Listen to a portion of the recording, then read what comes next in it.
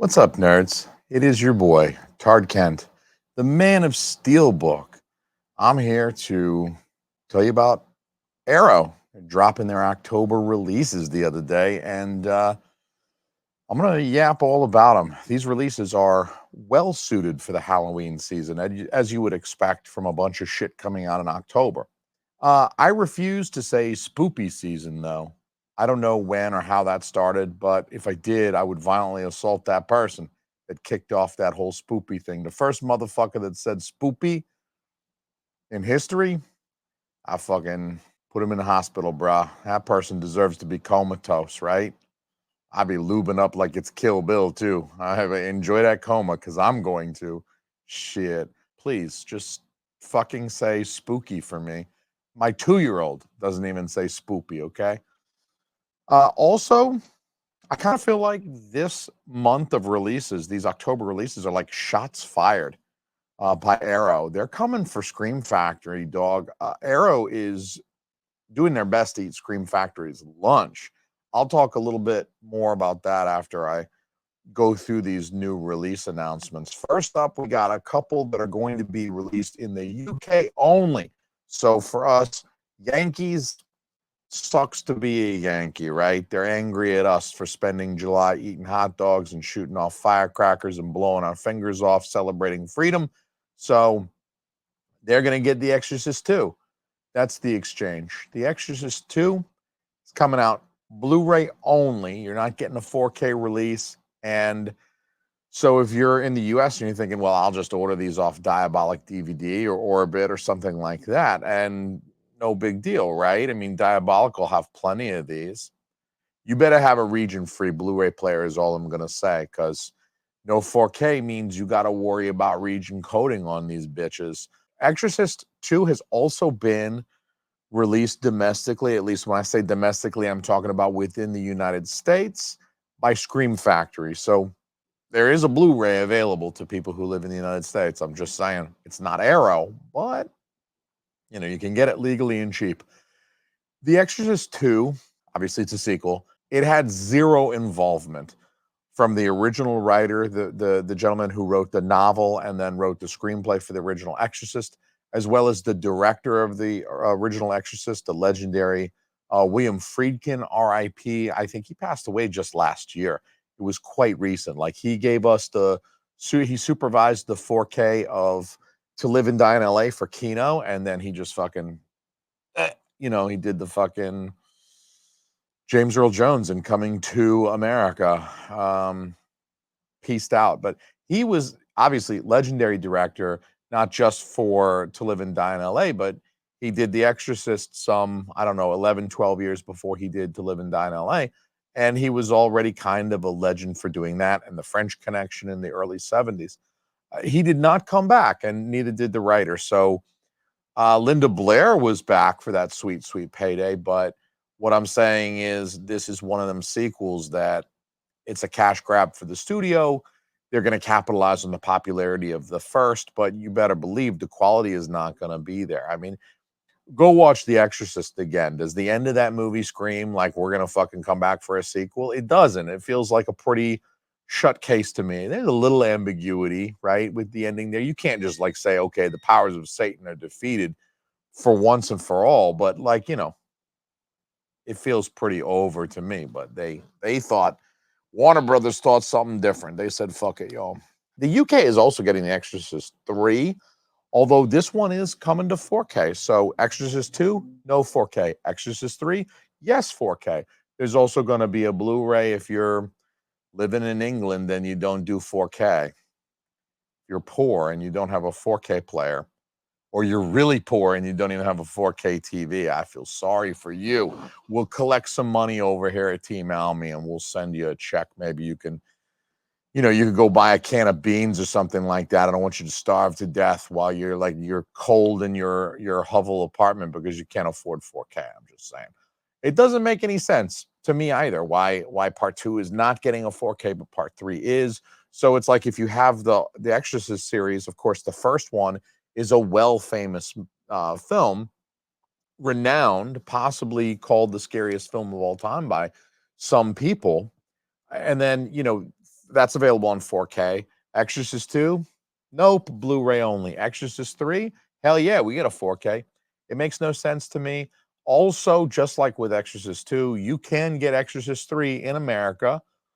Legal deagle, you know what I'm saying? It'll play in your region locked Blu-ray player because you can get a region A from Scream Factory. And Scream Factory put out the 4K also. I do not see an appeal to someone domestic, US inhabitant of the US with, I mean, even if you had like a region free Blu-ray player, all region Blu-ray player, I still don't see the appeal of importing an Arrow release when the Scream Factory releases have been available for a while. If you call yourself a fan, you probably already have it.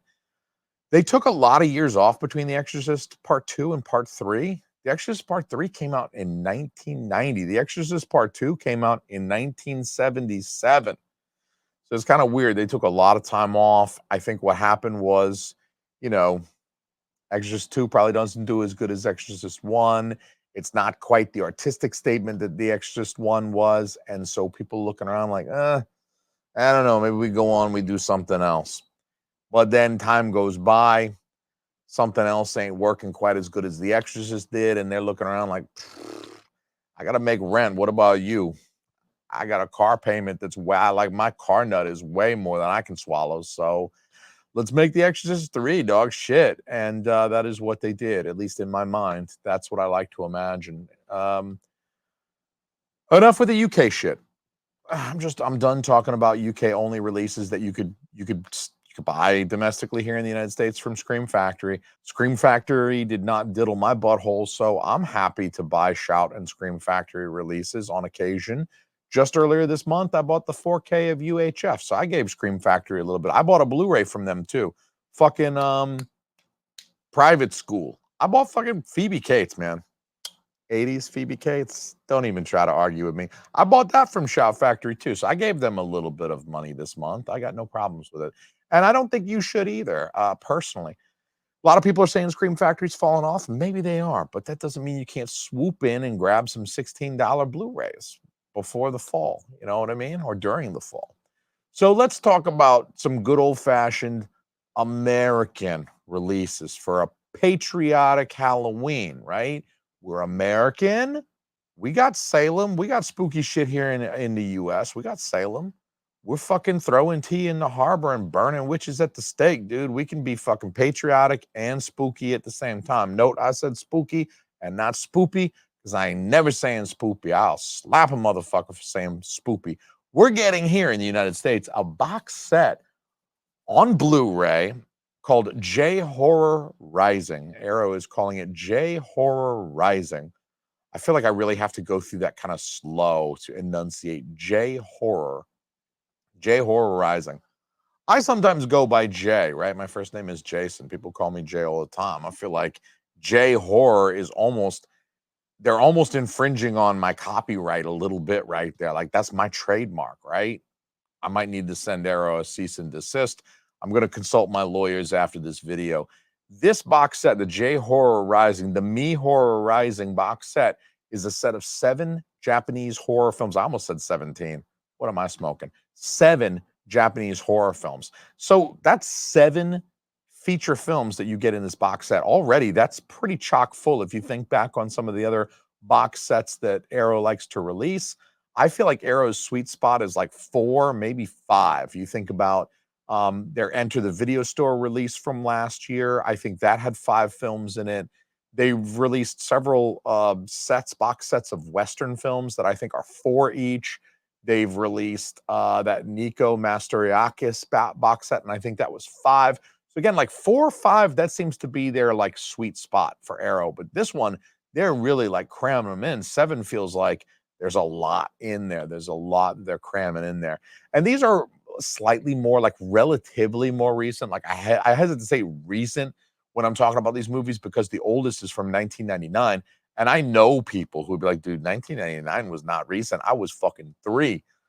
So, okay, if you were fucking 3 in 1999 and you're like 27 right now, I get it. Like, that was most of your life ago and you don't really remember 1999 very well. I fucking was in high school. I was driving around. I turned 18 in 1999. So I don't usually announce my age on these videos. I might take this one down afterward just because I just totally outed my age, and I don't usually do that. But what I'm saying is that it feels fucking recent to me because I'm an old man. Okay, so 2007, the most recent film of the 7 films in this J horror box set, the Me Horror Rising box set, the most recent film is from '07, and to me that feels like 3.5 weeks ago.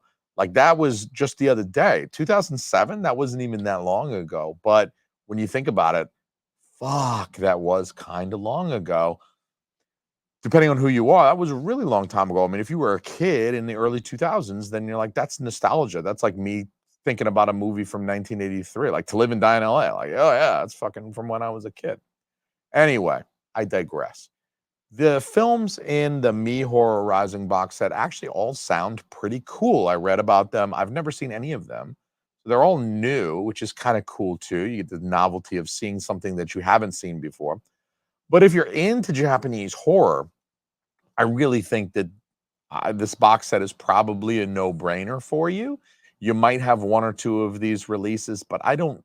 I looked into it a little bit, and the sense that I got from a very small amount of research when I'd had a pretty decent amount to drink was that there probably have not been all of these haven't been released, or they haven't been released real recently on like modern kind of HD formats. So the Japanese horror isn't like totally my jam. I'm not averse to it. I'm not against it, right? It's not gospel music. Like I'm dead set against gospel. I don't even really like country, and I'm sorry if that offends you, but I don't. I don't like country music except for the occasional every now and then.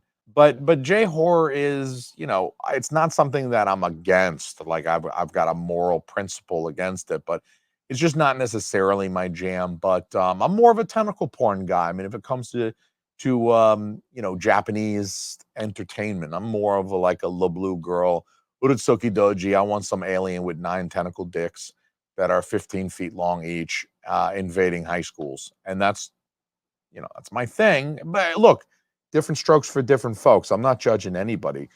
Listen to the shit I'm into, all right? I can't judge. At $70 MSRP, so if you were to pre-order this thing from the Arrow website right now, $70 is what it's going to cost you. That's $10 per movie. That's not even that bad. I mean, that's for brand new, right? That's a good value in my opinion. Each of the discs is loaded with special content like Arrow is known for. Arrow doesn't do bare bones releases. I mean, the bare bones stuff from Arrow still has like 5 or 6 special features on it and like 2 commentaries. They go wild. So I will say that $70 actually makes this set look kind of appealing because it's not even really that. It's somebody else might charge $120 for this set. $70 is $10 a movie. So like I don't feel like this is an immediate purchase for me, but I can understand, and I don't blame anybody for being hyped about the J horror box set. Next from Arrow, we're getting something that, at least to me, is a little bit more interesting. And I think maybe widely to the internet is a little bit more interesting too. To you fellas, you people are internet, right? Because you're watching this on the internet. You're internet. The internet is more interested in this, the Hellraiser Quartet of Torment box set that is coming to 4K and Blu-ray. This is a set that consists of the first 4 Hellraiser films, which, there's 10, not including the recent remake. There's 11 if you include the recent remake. I'm just kind of like going with the original, that first timeline. There's 10 Hellraiser films. I'm not sure why they did just the first 4 and like left out the other 6. I haven't actually seen the last 6. I think I've seen the first 3. I might not even have seen the 4th one. Honestly, I was like reading the synopses to prepare for this. Believe it or not, I do prepare for these videos. You're not gonna believe that fact. I know you guys all just like spit coffee on your fucking computer screens. He's like, this fucking numbnuts prepares. Yeah, I do, motherfucker. I look shit up. I Google some shit before I record this. I prepare.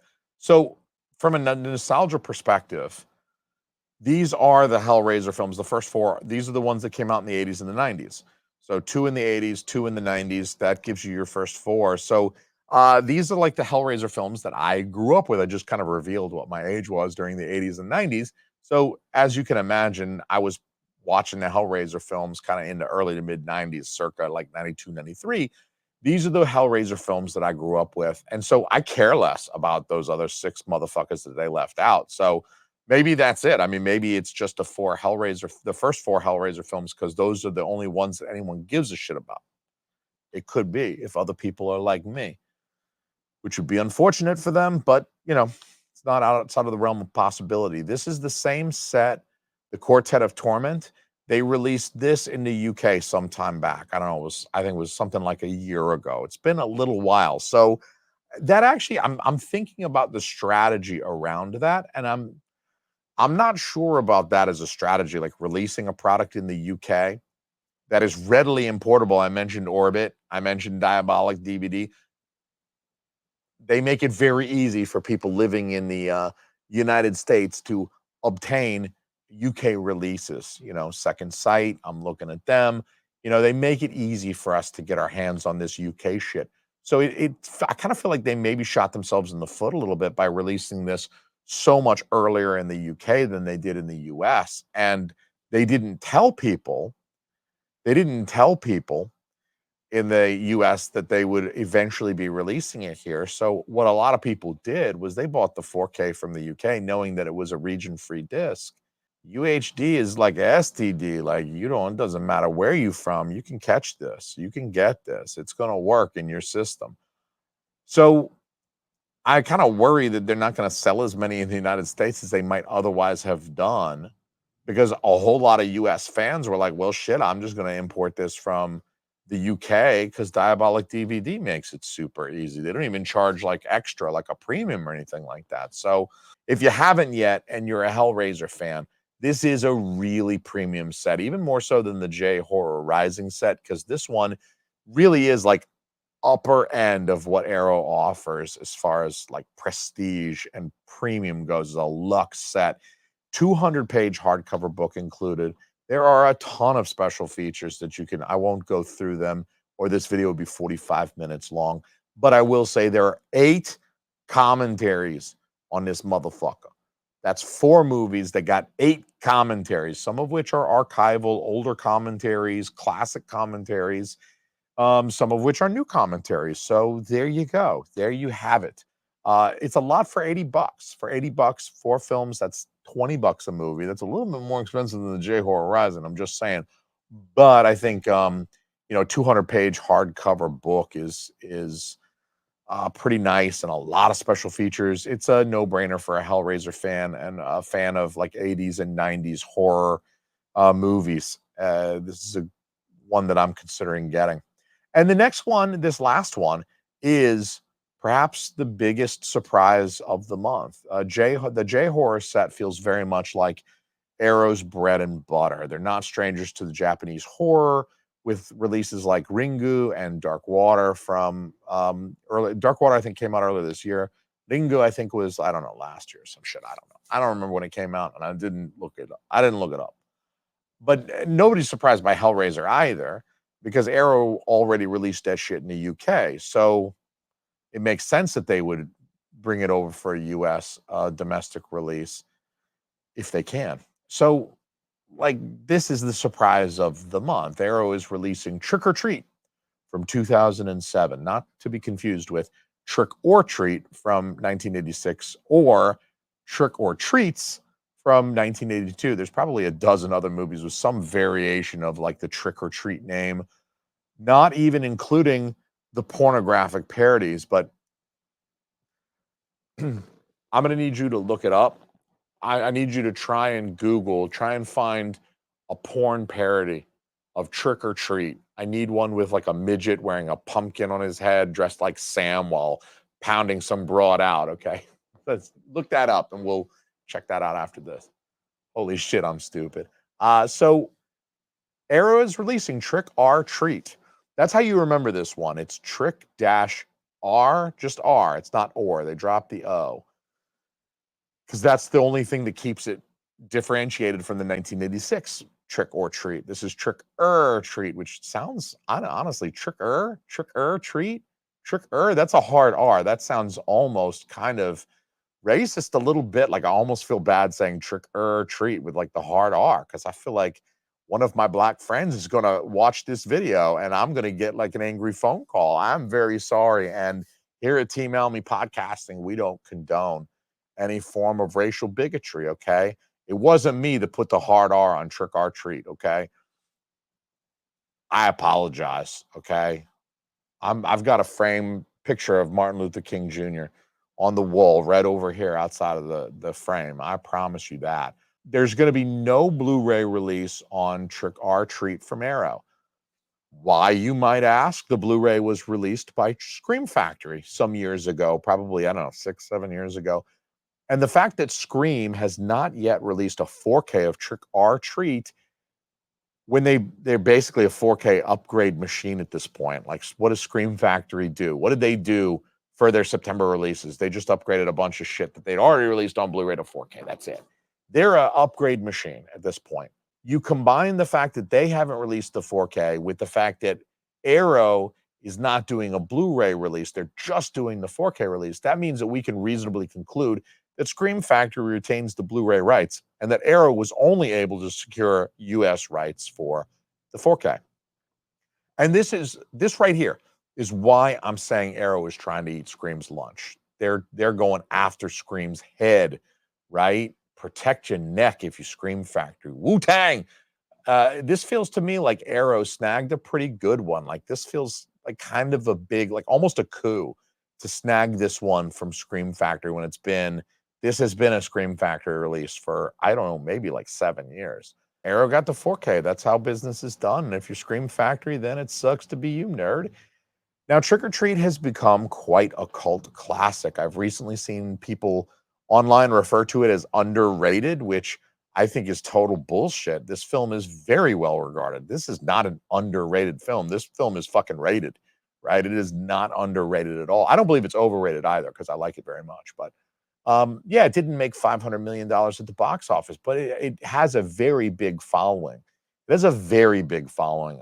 It's almost too popular in my mind to be a cult classic anymore. Like, a cult classic is some shit that not a lot of people have heard of. The idea of a cult classic means that when somebody says, "Hey, have you seen this movie?" You're like, "Nah, I never seen that shit." Most people should say that. I don't think most people can say that about Trick or Treat. I think if you say, "Hey, man, you see that movie Trick or Treat?" I think the next thing out of that person's mouth is going to be like, "Oh, the one from 1986 or the one from 1982 or the one from 2007 that everyone's fucking heard of." No one's heard of the 1982 version. No one's heard of the fucking 1986 version. Those films are unrelated to Trick or Treat, but everybody's motherfucking heard of the 2007 version of Trick or Treat. All right. That almost to me is not even a cult classic anymore because nobody wonders what movie you're talking about. Everyone's like, "Oh yeah, Anna Paquin, hot in that movie. It's got Anna Paquin in it, fucking Rogue and shit."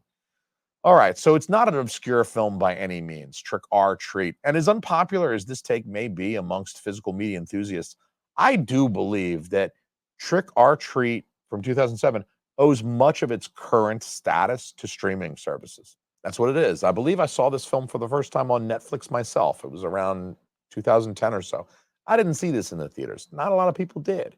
A lot of the people who are familiar with this film and love this film, they saw this shit. I'm willing to bet they saw this shit on Netflix circa 2010-ish, somewhere in the early teens there. I'm very fond of this film. I do like this film a lot. I think it would have found an audience regardless, but I do think that streaming amplified it. This film came out, kind of late in that like DVD is king era, and I think this was an early film that licensed to streamers like Netflix when Netflix still had a really broad offering of films, and they weren't doing their own films yet, but they were offering other people's films up. I think content like Trick or Treat must have been pretty cheap and easy for Netflix to acquire at that time, circa 2010, 2011, as the streaming side of their service was really blowing up. So, I mean, honestly, there's no convincing me that streaming didn't help hype the fuck out of this movie at a time when every fucking body had Netflix anyway, because motherfuckers were jumping on streaming. And I think it was just, the two things converged. Streaming was starting to become a thing, and Trick or Treat had released a few years earlier, and it was like, hey, you need content. Hey, we want eyeballs on our fucking shit. There you go. Kismet, as they say.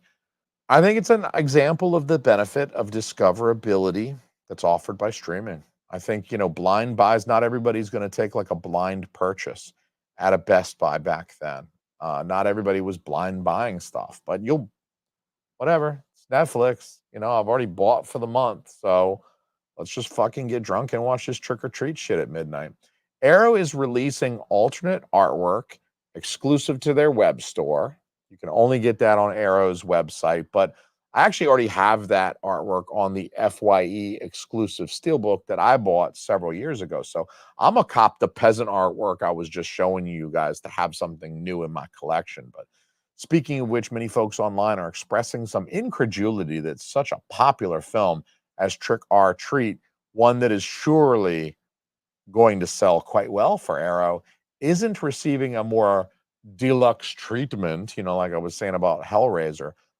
Something like Donnie Darko got the luxe treatment. Something like An American Werewolf in Paris got this great treatment. Hellraiser is getting this great treatment with the rigid slipcase, the larger book. It's like 100 pages or more. I'm a little surprised by that too. I'm surprised they didn't kind of pull out more of the stops for Trick or Treat, especially since it's like, fuck you, Scream Factory. Woo! You know what I mean? Arrow's driving by. They got their fucking ass hanging out the window. They're mooning them. There's a little bit of nutsack, everything. Just, it is what it is, though. And there you have it. These are the releases from Arrow for October. What do you guys think about it? How do you feel? How does it make you feel? How do you feel inside? Do you feel like these releases are going to enhance your enjoyment of the 2024 Halloween spooky season? I'm not going to call it spoopy, and I expect that you not call it spoopy either. You're a big boy or a big girl. Don't call it spoopy, okay? Have some fucking respect for yourself. I appreciate that all of their October releases are geared towards Halloween. They obviously had Halloween in mind when they scheduled this slate of releases. And I'm not really super excited about any one of the really like super excited about. I think I'm probably most excited about Trick or Treat because I've been waiting for it on 4K. Honestly, been waiting for Scream Factory to drop that 4K. I'm like waiting for the other shoe to drop, and the other shoe is the 4K of Trick or Treat. And they didn't, and they didn't, and they didn't, and now we know why, right? So I'm looking forward to seeing the 4K.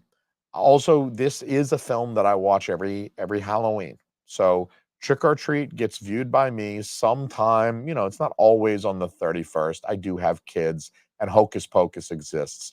I got young daughters and I also got Hocus Pocus. It's not always on the 31st, but somewhere near Halloween, the 29th, the 30th, I always try to watch Trick or Treat. So I'm going to get a lot of replay value out of the 4K. I'm going to watch it for years to come every year. And so I'm excited about that. Eventually, I'll show it to my kids. They're still really young. My oldest is 5, so I'm gonna wait till she's at least 7 to show her Trick or Treat, because there is a little bit. I think there's at one point like the head and shit like that. The when the werewolves like start pulling the skin off, that's pretty fucking gnarly. I'm definitely waiting until my daughter's 7 to show her that shit. My final thought that I wish to share with you is that Arrow, I'm reflecting on just them as a company, and they're in an interesting position. It's like a large segment of their releases seem like the kind of thing that Scream Factory would release. We're seeing that this month. I think Scream Factory absolutely would put out the Hellraiser films if they had the rights to do so. They don't, so they haven't, but I think they would if they could. Obviously, Scream Factory would have put out Trick or Treat on 4K if they could have. They put Trick or Treat out on Blu-ray several years ago. It's a film that they've made plenty of money off of over the last 7 or so years since they put the Blu-ray out. So I feel like there's a lot of overlap with Arrow. I mean, it's not like this is the only month that Arrow's released Halloween shit. American Werewolf in Paris, I mentioned, Donnie Darko. They've released some Scream Factory stuff. And so it feels like they step on Scream Factory's toes a little bit. They've also released some shit that I could see Shout releasing if they could, like The Clash and Wrath of the Titans. I could totally see Shout Factory releasing that. The Conan films from earlier this year, I could totally see Shout trying to put out the Conan films if they could, but Arrow got the rights, so Arrow did it. But that seems like a little bit of overlap. Like there's a little bit like Arrow's as far as like having their own lane and their own territory, their own niche. It doesn't feel like it feels like a lot of overlap with Scream and Shout. And then there are some things like Weird Wisconsin and Maniac. The Arrow put out Maniac in the UK, and that's squarely in that Vinegar Syndrome territory right there. Those feel like things that Vinegar Syndrome would have put out. Vinegar Syndrome did do Maniac in the US. So that's one of those things where it's like, there's a little bit of territorial thing. Vinegar Syndrome's releasing it in the US and Arrow's releasing it over in the UK, but they're releasing the same movies, and that proves my point. So, it feels like again, they don't really have their own lane. They're trying to make space for themselves. It feels like Vinegar Syndrome is very different than Shout Factory for sure, and Scream Factory really seems to aim for more of the like studio, A-level content. They're releasing stuff with Ryan Reynolds in it, and Vinegar Syndrome just isn't. They're going for more like nostalgic stuff, shot on video stuff. So it feels like they have their lanes, but Arrow's kind of like hogging both of them. I think Arrow enjoys a lot of overlap with Criterion as well. Arrow put out Silence of the Lambs in the UK recently, Fear and Loathing in Las Vegas in the UK, Naked Lunch. So I mean, I think like the feeling I get with Arrow is that they sort of dibble and dabble in a lot of the stuff that like Criterion has its own lane. Like Shout Factory can go over here and fuck around with UHF on 4K, and Criterion's like, have fun. And I'm sure some of our customers are going to buy your stuff, and some of your customers are going to buy some of our stuff. But it feels like Criterion and Shout Factory are two very different boutique Blu-ray houses, where Arrow just sort of feels like a chameleon. Like they hang out at any party. They don't give a shit. They'll show up at the Vinegar Syndrome orgy with their dicks out. They'll fucking go to church with Criterion on Sunday. And that's how I feel about Arrow right now. What do you think? What do you feel? Let me know in the comments below, or if I'm just an asshole, that's cool too. Thanks for watching, and peace, motherfucker.